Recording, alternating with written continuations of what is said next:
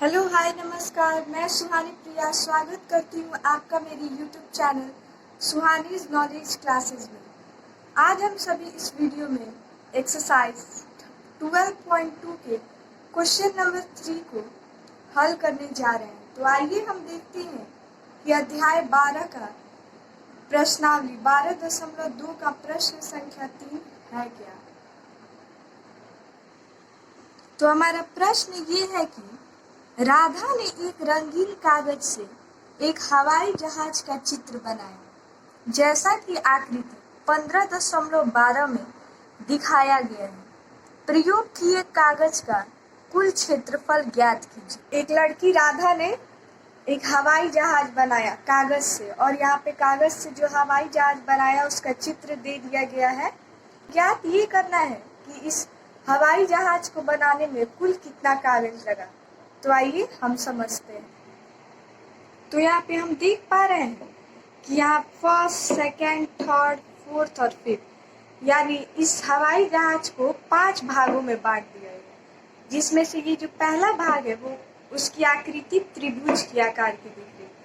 तो यानी पहला भाग जो है वो किस आकार का है? त्रिभुज के आकार का। दूसरा भाग को ध्यान से देखिए, दूसरा भाग आयत है जिसकी आमने सामने की भुजाएं क्या रहती है? बराबर रहती है। दूसरा भाग आयत है। और यहाँ पे चौथा और पांचवा भाग भी हमारा त्रिभुज दिख रहा है। और यहाँ पे हमारा जो तीसरा भाग है वो कुछ समलंब चतुर्भुज के आकृति का दिख रहा है। तो ये जो हमारा भाग 1 है उसमें बताया जा रहा है कि यहाँ से लेके यहाँ तक की हमारी ऊंचाई दे दी गई है 5 सेंटीमीटर। यहाँ से यहाँ तक की ऊंचाई 5 सेंटीमीटर दे दी गई। तो यहाँ पे जितना इधर वाला साइड है उतना ही तो हमने इधर भी लाइन खींच के मतलब एक त्रिभुज बनाया है। दोनों का लेंथ क्या है? हमने सेम लिया है। जितना यहाँ से यहाँ तक की दूरी है उतना ही यहाँ से यहाँ तक की भी दूरी होगी। तो यहाँ हमारा 5 सेंटीमीटर दिया है, तो ये भी हमारा क्या हो जाएगा? 5 सेंटीमीटर हो जाएगा। उसके बाद यहाँ देखिए हमारा आयत दिया गया है। आयत, तो आयत की क्या होती है? आमने सामने की भुजाएं जो होती है वो बराबर होती है। तो यहाँ से यहाँ तक की लंबाई हमारी दी गई है 6.5 सेंटीमीटर, एंड यहाँ से यहाँ तक की हमारी जो लंबाई है वो है 1 सेंटीमीटर। तो यहाँ देखिए आयत की आमने सामने की भुजा बराबर होती है। तो ये 1 सेंटीमीटर यहाँ से यहाँ तक की दूरी, तो ठीक उसके सामने वाली भुजा भी क्या हो जाएगी? 1 सेंटीमीटर हो जाएगी। तो ये जो हमारी यहाँ पे भुजा होगी वो 1 सेंटीमीटर होगी। तो इसमें देखिए हमें एक चीज प्राप्त हुआ, ये भी 5 सेंटीमीटर, ये भी 5 सेंटीमीटर, और आयत के आमने सामने की भुजा बराबर होने के कारण यहाँ पे क्या मिला? हमें 1 सेंटीमीटर मिल गया। तो त्रिभुज ABC भाग 1 में हमें प्राप्त हुआ। तो यहाँ भाग 1 में हमने त्रिभुज ABC का क्षेत्रफल निकालने के लिए ये प्रोसेस किया हुआ है। यहाँ पे हमारा त्रिभुज ABC में A है हमारा 5 सेंटीमीटर, B है हमारा 1 सेंटीमीटर और C है हमारा 5 सेंटीमीटर।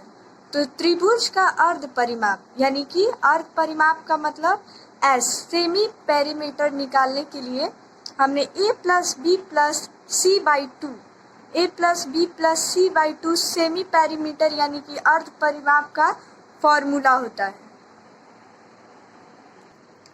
तो हमारा यहाँ पे A जो था वो था 5 सेंटीमीटर, B जो था वो था 1 सेंटीमीटर, और हमारा जो C था वो था 5 सेंटीमीटर, और by 2 5 plus 1 is equal to 6 and 6 plus 5 is equal to 11 centimetre by 2। ये हमारा S का मान निकल गया।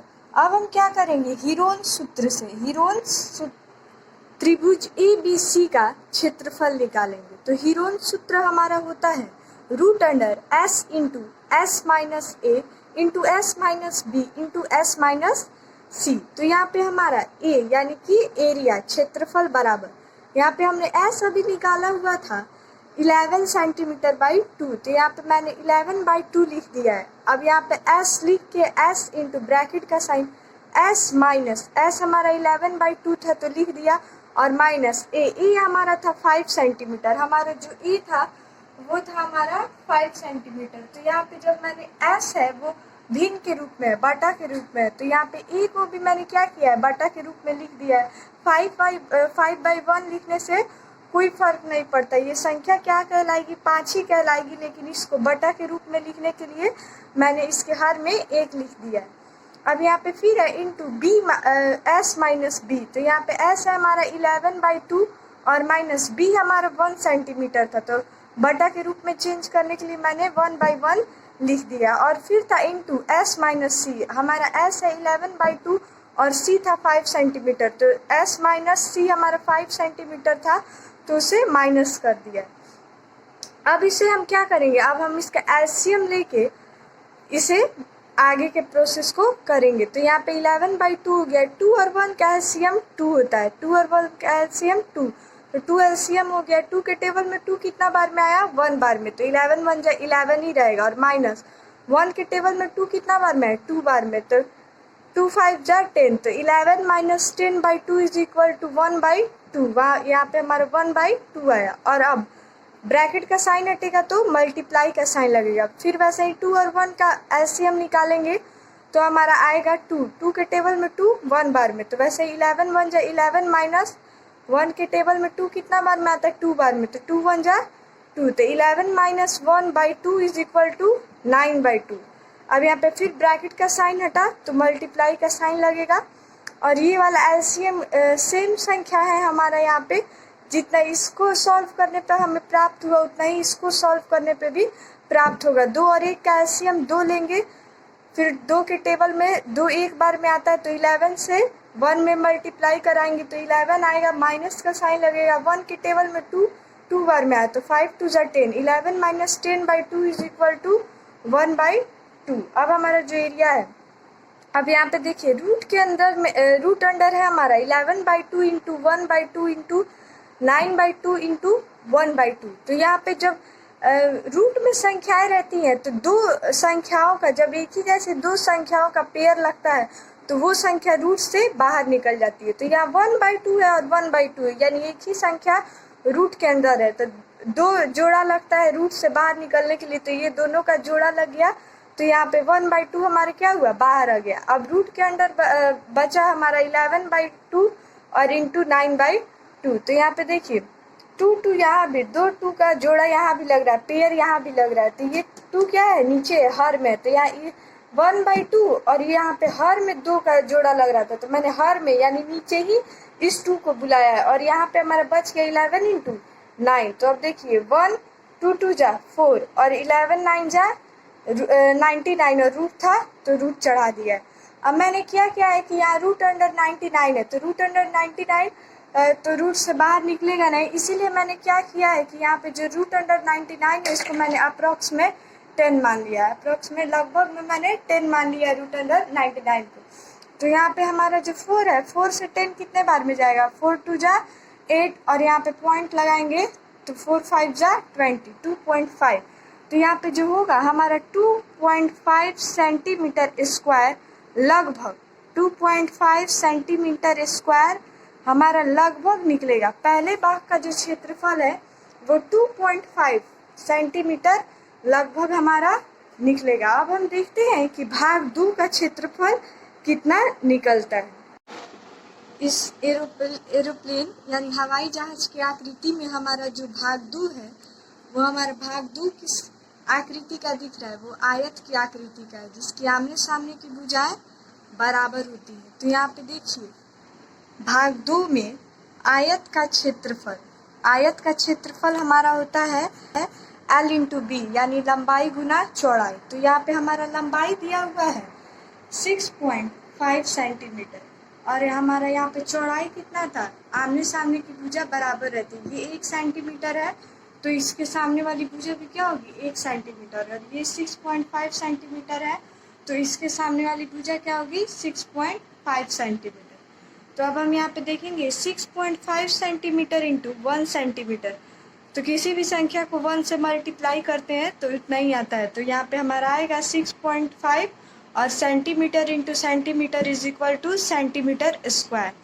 अब हमारा जो भाग 3 है वहाँ भाग 3 को ध्यान से समझिएगा।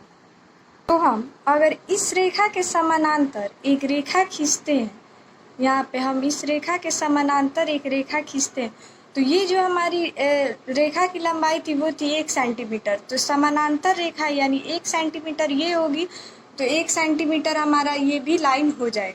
और यहाँ पे जो हमारा रेखा है, अगर इसके समानांतर एक और लाइन खींचे तो ये हमारा इसके समानांतर ये लाइन जाएगी, ठीक है। तो जब ये वाला लाइन हमारा 1 सेंटीमीटर था, तो इसके समानांतर जो लाइन खींचा वो भी हमारा क्या हो जाएगा, 1 सेंटीमीटर हो जाएगा। अब यहाँ पे जो हमारा यहाँ से यहाँ तक की, यहाँ पूरा यहाँ से यहाँ तक की लंबाई हमारी दी हुई थी 2 सेंटीमीटर। तो यहाँ पे हम देख रहे हैं ये क्या हो गया, यहाँ पे बीच में आके, ठीक बीच में आके यहाँ पे कट गया। तो यानी इधर वाली और इधर वाली साइड क्या हो गई, सम द्विभाजित हो गई, मतलब एकदम बराबर भागों में बढ़ चुकी है। तो यहाँ से यहाँ तक की थी हमारी 2 सेंटीमीटर, तो यहाँ से यहाँ हमारी हो जाएगी 1 cm, और फिर यहाँ से यहाँ हमारी हो जाएगी 1 cm। तो यहाँ पे एक बात देखने वाली हो रही है कि ये हमारा कैसा है, समबाहु त्रिभुज दिख रहा है। कैसे, ये वाली जो इसकी ए भुजा है वो भी 1 सेंटीमीटर, जो बी भुजा है वो भी 1 सेंटीमीटर, और जो सी भुजा है वो भी 1 सेंटीमीटर। फिर यहाँ बीच वाले देखिए, यहाँ भी एक त्रिभुज बन रहा है, ये 1 सेंटीमीटर, इधर वाली लाइन वो भी 1 सेंटीमीटर, और इधर वाली लाइन वो भी 1 सेंटीमीटर। फिर तीसरा त्रिभुज, यहाँ से यहाँ तक की दूरी कितनी है, 1 सेंटीमीटर, तो यहाँ 1 सेंटीमीटर। फिर ये वाली लाइन भी 1 सेंटीमीटर, और ये वाली लाइन भी 1 सेंटीमीटर। तो कुल यहाँ 1, 2 और 3 त्रिभुज बन रहा है। और कैसे त्रिभुज बन रहा है, समबाहु त्रिभुज बन रहा है। तो हमारा समबाहु त्रिभुज का जो क्षेत्रफल होता है वो होता है √3/4 a²। यहाँ हमारा ए क्या है, ए भुजा है, ए स्क्वायर मतलब भुजा का स्क्वायर करना है। तो यहाँ देखिए, यहाँ पे 3 × √3/4 a² मैंने लिखा है। यहाँ पे मैंने क्यों लिखा है 3 × क्योंकि यहाँ जो हमारा फोटो है इसमें कितने समबाहु त्रिभुज बन रहा है, हमारे 3 समबाहु त्रिभुज बन रहा है, इसीलिए मैंने क्या किया है, 3 से मल्टीप्लाई कर दिया। अब जितना हमारा क्षेत्रफल निकलेगा वो इन तीनों समबाहु त्रिभुजों का क्षेत्रफल होगा। तो 3 × √3/4, और यहाँ पे हमारा भुजा स्क्वायर दिया था a²। तो यहाँ पे समबाहु त्रिभुज है, तो यानी जो एक भुजा होगी वही सारी भुजा होगी। तो यहाँ 1 सेंटीमीटर है, ये एक है, ये एक है, ये भी एक, फिर से ये वाली भुजा भी एक है, ये वाली भुजा भी एक है, ये वाली भुजा भी एक है, ये वाली भुजा भी एक है, सारी भुजाएं क्या है हमारी एक है, तभी तो ये समबाहु त्रिभुज हुआ ना। समबाहु त्रिभुज का अर्थ क्या है, जिसकी सारी भुजाएं बराबर हो। तो यहाँ पे हमारा एक जगह पे क्या हो जाएगा, 1 सेंटीमीटर स्क्वायर। तो एक का स्क्वायर हमारा क्या होता है, एक का स्क्वायर एक ही होता है। तो अब हम यहाँ पे 3 × √3/4 सेंटीमीटर स्क्वायर हो गया। अब हमारा यहाँ पे हो जाएगा 3 और √3 का जो हमारा मान होता है वो होता है 1.73/4 सेंटीमीटर। 1.73 को मैंने 3 से मल्टीप्लाई किया है तो 1.19 आ रहा है, बाई 4 सेंटीमीटर स्क्वायर। अब मैंने इसको डिवाइड किया है 4 से, तो यहाँ पे हमारा आ रहा है 1.2975 सेंटीमीटर। तो यहाँ पे सन्निकटित करने पर हमारे यहाँ पे 1.2975 लगभग में हमारा कितना हो जाएगा, लगभग में हमारा हो जाएगा 1.3 सेंटीमीटर स्क्वायर। ये था हमारा भाग 3 का, हमारा क्षेत्रफल कितना निकला, 1.3 सेंटीमीटर स्क्वायर लग। अब जो हमारा भाग 4 है, भाग 4 हमारा यहाँ पे भाग 4 जो है, भाग 4 और भाग 5 दोनों ही क्या है, त्रिभुज के आकार के। जब वहाँ 6 सेंटीमीटर दी हुई है तो जो एरोप्लेन होते हैं उसके दोनों साइड के, मतलब जो भी दाहिने या फिर उड़ने वाले पंखियाँ उनकी जो रहती है वो दोनों साइड के इक्वल होते होंगे। ऐसा तो नहीं होता होगा एक बड़ा होता है एक छोटा होता होगा, नहीं, दोनों बराबर होते हैं। तो जब वो 6 सेंटीमीटर है उसकी लंबाई, और जब उसकी यहाँ पे हमारा परपेंडिकुलर 6 सेंटीमीटर है और बी यानी कि बेस 1.5 सेंटीमीटर है, तो ये वाली पंखी के लिए भी बेस 1.5 सेंटीमीटर ही होगा, आधार 1.5 सेंटीमीटर ही होगा, और लंब हमारा 6 सेंटीमीटर होगा। तो यहाँ हमारा आधार और लंब दे दिया है। एक फॉर्मूला याद आ रहा है मन में, फॉर्मूला ये है कि भाग 4 का क्षेत्रफल बराबर 1/2 आधार गुना ऊंचाई। यहाँ पे हमारा 1/2 आधार दिया है 1.5 सेंटीमीटर और ऊंचाई दिया है 6 सेंटीमीटर। 2 से 6 गया 3 बार में, और 3 को मैंने मल्टीप्लाई किया 1.5 से, तो 4.5 सेंटीमीटर क्या आ रहा है, सेंटीमीटर स्क्वायर हमारा आ रहा है भाग 4 का क्षेत्र। अब है हमारा भाग 5 का क्षेत्रफल। तो भाग 5 का क्षेत्रफल, जैसे कि मैंने यहाँ पे बताया हुआ है कि भाग 4 और भाग 5 दोनों इक्वल है, क्योंकि एरोप्लेन की जो पंखियाँ दोनों ओर से बनी हुई है वो दोनों इक्वल होती है। तो वो उसका जो लंब था वो 6 सेंटीमीटर है और आधार जो था वो 1.5 सेंटीमीटर है। तो यहाँ पे हमें आधार और जब ऊंचाई दे दी गई है तो हम क्या करेंगे, भाग 5 का क्षेत्रफल हम निकालेंगे 1/2 आधार इंटू ऊंचाई के फॉर्मूला से। 1/2 आधार हमारा 1.5 सेंटीमीटर इंटू ऊंचाई क्या है 6 सेंटीमीटर। 2 से गया 3 बार में, 3 को 1.5 से गुना किया तो 4.5 और सेंटीमीटर इंटू सेंटीमीटर स्क्वायर। तो भाग 5 का हमारा क्षेत्रफल आया 4.5 सेंटीमीटर स्क्वायर।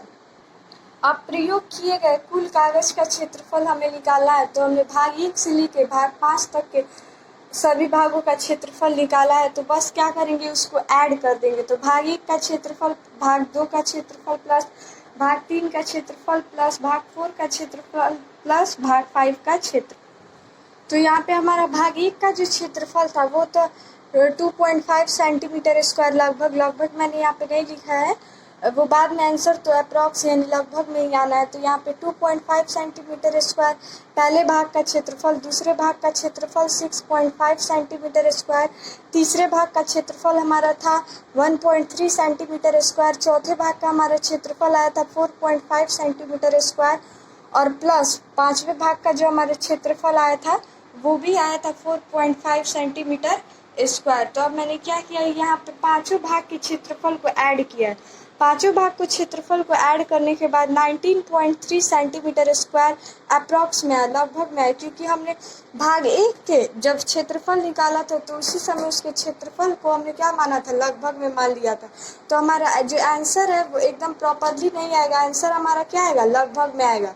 तो इस एरोप्लेन यानी कि हवाई जहाज को बनाने में हमारा कितना 19.3 सेंटीमीटर स्क्वायर लगभग कागज हमारा लगा है। अगर आपको मेरा वीडियो पसंद आया हो तो इसे लाइक शेयर कमेंट जरूर करें और साथ ही साथ मेरे चैनल को सब्सक्राइब जरूर करें। Thank you.